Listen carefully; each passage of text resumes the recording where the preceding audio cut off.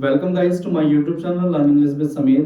आज हम सीखेंगे डिस्ट्रीब्यूटिव एडजेक्टिव्स क्या होते हैं, सेंटेंसेस में उनको कैसे यूज किया जाता है, कैसे आइडेंटिफाई करा जाता है कि सेंटेंस में ये डिस्ट्रीब्यूटिव एडजेक्टिव्स होते हैं। क्योंकि जो डिस्ट्रीब्यूटिव एडजेक्टिव्स होते हैं वो डिस्ट्रीब्यूटिव प्रोनाउंस की तरह भी यूज किए जा सकते हैं। सो इस वीडियो के एंड तक हम समझेंगे कि कब सेंटेंस में ये जो हमारे पास वर्ड्स हैं एज अ डिस्ट्रीब्यूटिव एडजेक्टिव्स की तरह यूज किए जाते हैं। पहले हम ये जान लेते हैं जो डिस्ट्रीब्यूटिव एडजेक्टिव्स होते हैं उनकी क्या डेफिनेशन है। यूज्ड टू रिप्रेजेंट पीपल और थिंग्स इंडिविजुअली, मतलब जो हमारे डिस्ट्रीब्यूटिव एडजेक्टिव्स होते हैं वो यूज करे जाते हैं सेंटेंसेस में पीपल या फिर थिंग्स को रिप्रेजेंट करने के लिए इंडिविजुअली, मतलब कोई भी एक नाउन को हमने अगर रिप्रेजेंट करना होगा उसके ग्रुप या उसके लोगों को इंडिविजुअली, तो हम यूज करेंगे डिस्ट्रीब्यूटिव एडजेक्टिव। ये हमारे कुछ डिस्ट्रीब्यूटिव एडजेक्टिव्स हैं। Each, every, either, neither, none, both, any, one. इन सब की हिंदी मीनिंग्स यहाँ गिवन है। दोनों सबको एक एक करके हम देखते हैं किसका मतलब क्या होता है। जो ईच वर्ड है हमारे पास, ईच का मतलब होता है प्रति एक, दो या दो से अधिक। जब भी हम किसी सेंटेंस में प्रति एक की बात करेंगे, दो या दो से अधिक में से, तो हम यूज करेंगे ईच। वही बात करें अगर एवरी का, एवरी का मतलब होता है हर एक, दो या दो से अधिक। जब भी हम बात करेंगे सेंटेंस में हर एक की, सो उस सिचुएशन में एवरी का यूज करेंगे। एंड अगर बात करूं मैं आइदर की, आइदर का मतलब होता है दो में से कोई भी एक। जब दो नाउन गिवन होंगे हमारे पास, उन दोनों में से हमने एक का सिलेक्शन करना है, यानी कि एक को चुनना है, तो हमने यूज करना वो आइदर। जब हमें दोनों में से किसी का सिलेक्शन नहीं करना तो हम यूज करते हैं नाइदर का। नाइदर का मतलब दो में से कोई भी नहीं। फिर बात करते हैं नन। नन मतलब दो से अधिक लोगों में से अलग अगर किसी का सिलेक्शन नहीं करना तो हम यूज करेंगे none. None of you, none of students, ऐसे का सेंटेंसेस अगर हमें बोलने हो तो। फिर हम बात करते हैं बोथ। बोथ का मतलब होता है दोनों, यानी कि जब हम दोनों की बात करेंगे तो यूज करेंगे बोथ। और जब हम कोई भी की बात करेंगे तो एनी का यूज करेंगे। जब हम वन यूज करेंगे इट मींस एक। सो आई होप इन सारे वर्ड्स के मतलब आपको यहाँ से समझ आ गए होंगे कि ईच का मतलब क्या होता है, एवरी का मतलब क्या होता है। अब इनको हम सेंटेंसेस में यूज करेंगे। कब ये सेंटेंसेस में as a distributive adjectives use किए जाते हैं।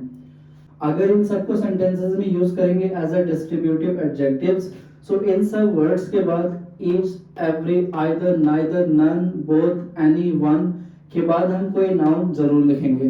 बिकॉज इन सारे वर्ड्स का मतलब क्या होता है, किसी नाउन को रिप्रेजेंट करना सेंटेंस में, या फिर टू रिप्रेजेंट पीपल और things individually.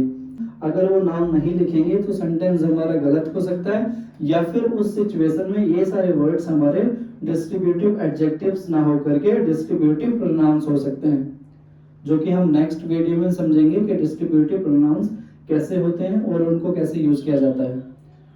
Very first sentence है हमारे पास, each student should come on time. इस सेंटेंस का मतलब होता है कि हर एक, यानी कि प्रति एक स्टूडेंट को समय पर आना चाहिए। अब जो हमने ईच वर्ड यूज कर रखा है जो कि हमारा डिस्ट्रीब्यूटिव एडजेक्टिव है, तो तुरंत बाद हमने क्या लिखा है, स्टूडेंट लिखा है। स्टूडेंट क्या है, एक नाउन होता है। सो हमने उस नाउन को क्या कर दिया, सेंटेंस में रिप्रेजेंट कर दिया, उसको हमने बाकी स्टूडेंट से अलग कर दिया, यानी कि हर एक स्टूडेंट को इंडिविजुअली हम रिप्रेजेंट कर रहे हैं सेंटेंस में। सपोज करो कि एक क्लास में बहुत सारे स्टूडेंट्स हैं, लेकिन हम क्या करेंगे, प्रति एक को कल समय पर आना है या आना चाहिए। सो हमने सब पूरे उस ग्रुप को इंडिविजुअली रेफर कर दिया, इंडिविजुअली रिप्रेजेंट कर दिया। सो उस सिचुएशन में ईच आपका क्या हो गया, एक डिस्ट्रीब्यूटिव एडजेक्टिव हो गया, बिकॉज इसके बाद हमने एक नाउन को लिख रखा है। And the second sentence is every boy must try this. अब इस सेंटेंस का मतलब होता है कि हर एक बॉय को जरूर यह ट्राई करना चाहिए। अब एवरी के बाद आपने देखा कि एक बॉय लिख रखा है, बॉय की पार्ट्स ऑफ स्पीच क्या होती है, एक नाउन होती है। सो अगेन हमने क्या यूज करा, डिस्ट्रीब्यूटिव एडजेक्टिव, बिकॉज इसने, इस वर्ड ने क्या करा, एक नाउन को सेंटेंस में रिप्रेजेंट कर दिया कि हर एक बॉय को यह ट्राई करना चाहिए। जनरली हम ओपिनियन दे रहे हैं, बहुत सारे बॉयज हैं, बॉय की कम्युनिटी हो सकती है, सो हर एक बॉय को ये ट्राई करना चाहिए। Now let's talk about sentence number third. Sentence number third हमारा क्या कह रहा है, आइदर गर्ल वाज ब्यूटीफुल। अब इस सेंटेंस का मतलब होता है कि उन दोनों गर्ल्स में से एक गर्ल ब्यूटीफुल थी। सो हम दो में से जब एक का सिलेक्शन करते हैं तो हम आइदर का यूज करते हैं।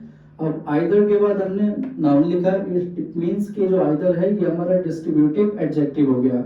जो हमारे पास ये वर्ड है, इस वर्ड के टू प्रोनाउंसिएशंस होती हैं। फर्स्ट इज आइदर जो कि ब्रिटिश प्रोनाउंसिएशन है, and the second one is either जो कि हमारी अमेरिकन प्रोनाउंसिएशन है। हम फॉलो करते हैं ब्रिटिश को, इसलिए हम बोलते हैं either. And the fourth one is neither boy won the prize. अब सपोज करो टू बॉयज थे वहां, बट दोनों में से एक भी प्राइज नहीं जीत पाया। सो उस सिचुएशन को हम रेफर करने के लिए क्या यूज करेंगे, नाइदर। नाइदर के बाद हमने एक बॉय यूज कर रखा है जो कि नाउन है, इसलिए ये भी क्या हो गया, डिस्ट्रीब्यूटिव एडजेक्टिव हो गया। इस नाइदर वर्ड की भी टू प्रोनाउंसिएशंस होती हैं। अगर ब्रिटिश की बात करेंगे हम तो नाइदर बोलेंगे, अगर हम अमेरिकन की बात करेंगे तो हम नीदर बोलेंगे। And the fifth one is none chair was broken. Suppose करो अब दो चेयर से ज्यादा चेयर्स थी किसी हॉल में, लेकिन आपने बताना कि उन चेयर्स में से कोई भी चेयर ब्रोकन नहीं थी, तो हम क्या यूज करेंगे, नन का यूज करेंगे। और दूसरा, नन के तुरंत बाद हमने एक नाउन को यूज कर रखा है जो कि ये दिखाता है डिस्ट्रीब्यूटिव एडजेक्टिव है ये भी।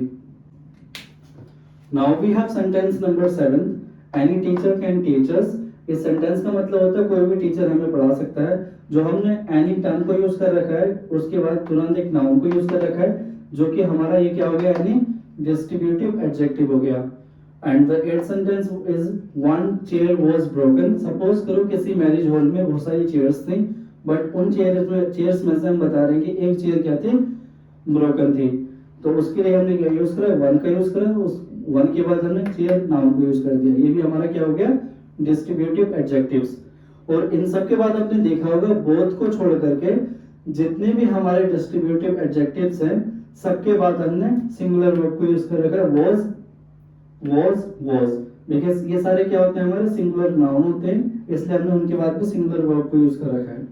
सो आई होप आपको यहाँ तक समझ आ गया होगा कि जो भी हमारे डिस्ट्रीब्यूटिव एडजेक्टिव्स होते हैं, अगर किसी सेंटेंसेस में इनको लिखना होगा तो हमने इनके बाद तुरंत नाउन को जरूर लिखना होगा।